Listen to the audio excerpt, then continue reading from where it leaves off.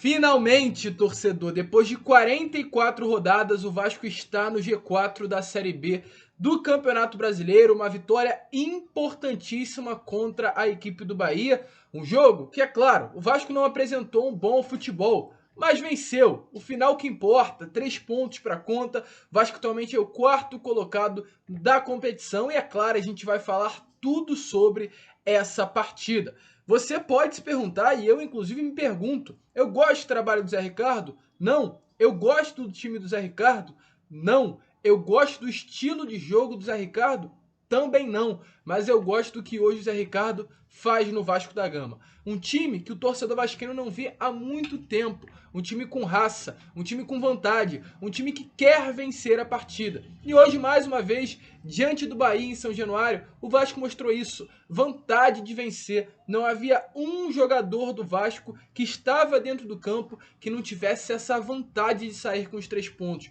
Mais uma vez, uma sinergia muito grande entre torcedor, arquibancada e time dentro do campo. E essa sinergia, essa conexão entre as duas partes que vai fazer com que o Vasco no final do ano chegue novamente à elite do futebol brasileiro. Você pode, volto a repetir, me perguntar e se perguntar, você gosta desse elenco? Você acha que esse elenco é bom? Não, mas esse elenco tem o que é necessário numa Série B do Campeonato Brasileiro, que é a vontade. Um time na Série B que não tem vontade de retornar à elite do futebol brasileiro, não sobe. E na Série B é muito mais importante isso, essa raça, essa vontade. A gente pode, por exemplo, olhar para o elenco do Vasco lá no ano passado. Um elenco que, na minha opinião, peça a peça, os atletas poderiam sim ter mais qualidade. O Zeca era um atleta que vinha do Santos, do Inter, um atleta que tinha qualidade. O próprio Leandro Castan era um atleta que tem passagens por Roma, Corinthians, um atleta que tem qualidade, mas não era um atleta que entendia o que é o Vasco da Gama, que colocava tudo dentro de campo.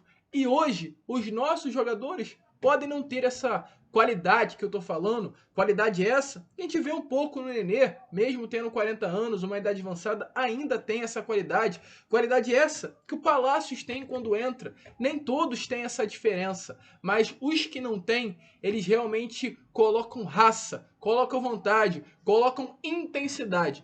Tudo isso que é importante, aliás, mais do que importante, necessário na Série B. E por isso hoje o Vasco mais uma vez sai com a vitória de São Januário. Uma vitória que finalmente coloca o Vasco entre os 4 primeiros colocados. Hoje o Vasco é o 4º colocado da Série B do Campeonato Brasileiro, com 13 pontos. 3 pontos de diferença do líder, que é a equipe do Cruzeiro, e 1 ponto de diferença do vice-líder, que é a equipe do Sport. É claro, o Vasco pode não terminar essa rodada no G4, pois amanhã o Grêmio entra em campo contra o Ituano em São Paulo, e em caso de vitória o Grêmio novamente entra no G4 da Série B, e o Vasco acaba caindo para a 5ª colocação. Porém, os dois ficarão com o mesmo número de pontos. O Vasco em 5º com 13, o Grêmio, em caso de vitória, em 4º com 13, e o Bahia também com 13, mas na 3ª colocação. Ou seja, tudo embolado, e o Vasco hoje é considerado uma das equipes favoritas para retornar à elite do futebol brasileiro. Uma partida que nem eu falei lá no início, não empolgou.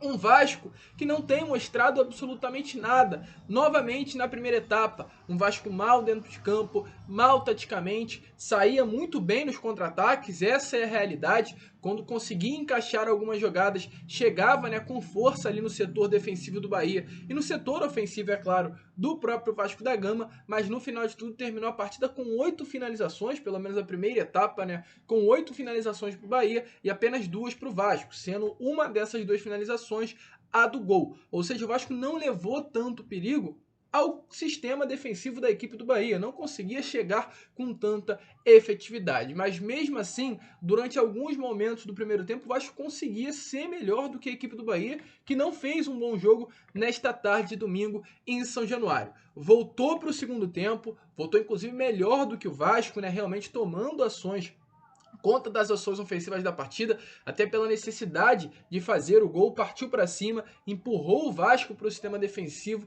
mas quando as substituições começaram a acontecer, o que realmente vem inclusive acontecendo nas últimas partidas, a gente viu. O Vasco substituiu e o Vasco aumentou o nível. Enquanto as substituições do Bahia não encaixaram, a do Vasco encaixou até demais. O Juninho novamente entrou muito bem, deu uma dinâmica no meio-campo absurda, uma dinâmica que só ele sabe dar nesse meio-campo do Vasco. É um atleta que quebra as linhas de uma facilidade absurda, é realmente o volante que deve ser o titular do Vasco, na minha opinião, para o restante da competição.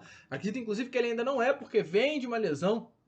Depois desse período que ele ficou afastado, retornou contra o CSA, teve mais essa semana de treino, mas muito provavelmente já contra a equipe do Guarani na próxima rodada, o Juninho deve voltar à equipe titular, porque é um jogador de extrema qualidade. Desde o início do ano eu venho falando isso. O Campeonato Carioca que o Juninho fez foi uma grande competição, e agora novamente, nessas duas últimas partidas que vem entrando no segundo tempo, demonstra uma qualidade essencial e um diferencial muito grande para essa equipe do Vasco. Outro atleta que entrou muito bem, Carlos Palacios. É um jogador refinado, é um jogador com um diferencial grande demais, é um jogador que vai dar muito ainda ao Vasco durante essas temporadas. Lembrando que ele ainda não está na sua forma física ideal. A gente vê principalmente quando é necessário usar a velocidade do atleta, quando ele coloca a bola na frente, às vezes não consegue chegar, ou quando um defensor toma a frente facilmente, né?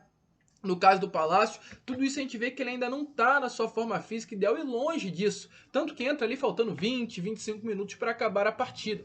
Porém, mesmo longe dessa forma física ideal, ele já desempenha muito bem. É um atleta importante, é um atleta que a gente vê esse diferencial, vê um gostinho de futebol. Isso é importante, a gente ter esse atleta no banco de reserva, a gente ter esse atleta no elenco que pode chegar no final do ano, inclusive já sendo o titular da equipe. Os dois deram outra dinâmica, deram outra intensidade para o meio campo do Vasco. Saiu no caso o Nenê e o Andrei Santos e entraram o Juninho e Palácio, entraram muito bem e mudaram inclusive, né, ali na criação de jogadas. Os dois fizeram uma jogada muito bonita pela ponta direita. O Carlos Palácio rolou a bola para o Gabriel Peck, acabou não conseguindo a finalização, mas são dois jogadores importantes. Inclusive o Vasco hoje tem peça de reposição, pelo menos na minha opinião, nesse banco de reservas. O Eric acabou entrando também depois, tem o Zé Santos, que infelizmente não vem sendo relacionado para as partidas, mas é uma opção para ataque, tem o Getúlio, então realmente algumas peças importantes aí para caso de substituições durante os 90 minutos. Mas se tratando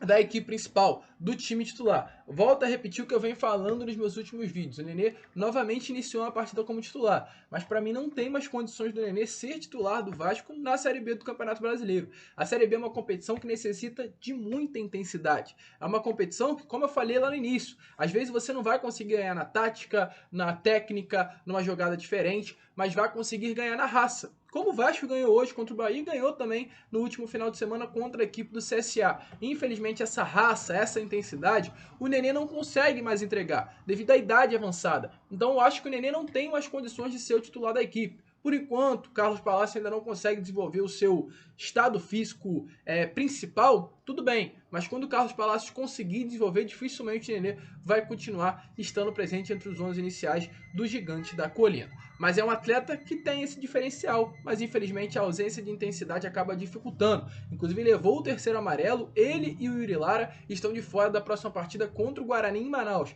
Partida que inclusive vai lotar. Mais de 15 mil ingressos durante essa semana já foram vendidos, ou seja, muito provavelmente nessa próxima semana aí que inicia amanhã, mais ingressos estarão sendo vendidos, expectativa de casa cheia na Arena Amazônia para Vasco e Guarani. Mas se tratando dessa partida, eu quero ver um Vasco sem o Nenê, eu quero ver um Vasco sem o Yuri Lara, muito provavelmente para a vaga do Yuri Lara deve entrar o Zé Gabriel e para a vaga do Nenê deve entrar o Bruno Nazário, o Gabriel Peck pode fazer inclusive essa função, ou até mesmo o Carlos Palacios, iniciar entre os 11 titulares. Mas a gente vai ver já outra dinâmica, um Vasco com essa intensidade que hoje o Nenê não consegue entregar durante a partida.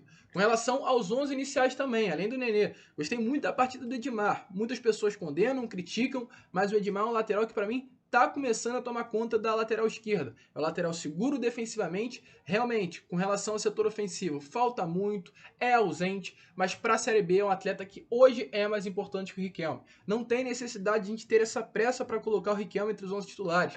É um jogador novo, de apenas 19 anos, tem muito a desenvolver, então melhor segurar o garoto. Se o Edmar está jogando bem, deixa ele no banco de reservas, coloca aos pouquinhos, coloca no segundo tempo, numa partida que realmente vê que é necessário quebrar as linhas, que o Vasco precisa da vitória, que o Vasco precisa ir para cima, aí coloca o Riquelme. Porque para mim, o Edmar vem desempenhando um bom papel no setor defensivo, aliás, do Vasco da Gama. Gabriel Dias também, que acabou saindo no segundo tempo, né? Parece que lesionado, foi muito bem, tá atuando de uma maneira muito convicta ali pelo lado direito do sistema defensivo e às vezes ofensivo também do Vasco. Chega muito bem ao ataque o lateral direito Gabriel Dias. Infelizmente, volto a repetir, acabou saindo, né? Não sei se por causa de lesão. O Everton entrou, não é um atleta que pelo menos me passa confiança, mas pelo menos não acabou dificultando, não comprometeu ali naquele lado do campo. De restante, Yuri Lara muito bem, Anderson Conceição seguro, deu alguns moles no início, parecia que estava nervoso, mas no final conseguiu retomar aí um bom desempenho. Juan Quinteiro também muito bem, Thiago Rodrigues sem palavras, uma das melhores contratações do Vasco nessas últimas temporadas, como eu já falei aqui nos meus vídeos. Nenê, já falei sobre ele, e o trio de ataque, Raniel, Figueiredo e Gabriel Peck. Raniel apagado do jogo, se a bola não chega, dificilmente ele vai somar em alguma coisa. O Gabriel Peck as pessoas têm reclamado, mas para mim é um atleta essencial para esse setor, para esse sistema tático, aliás, do Zé Ricardo.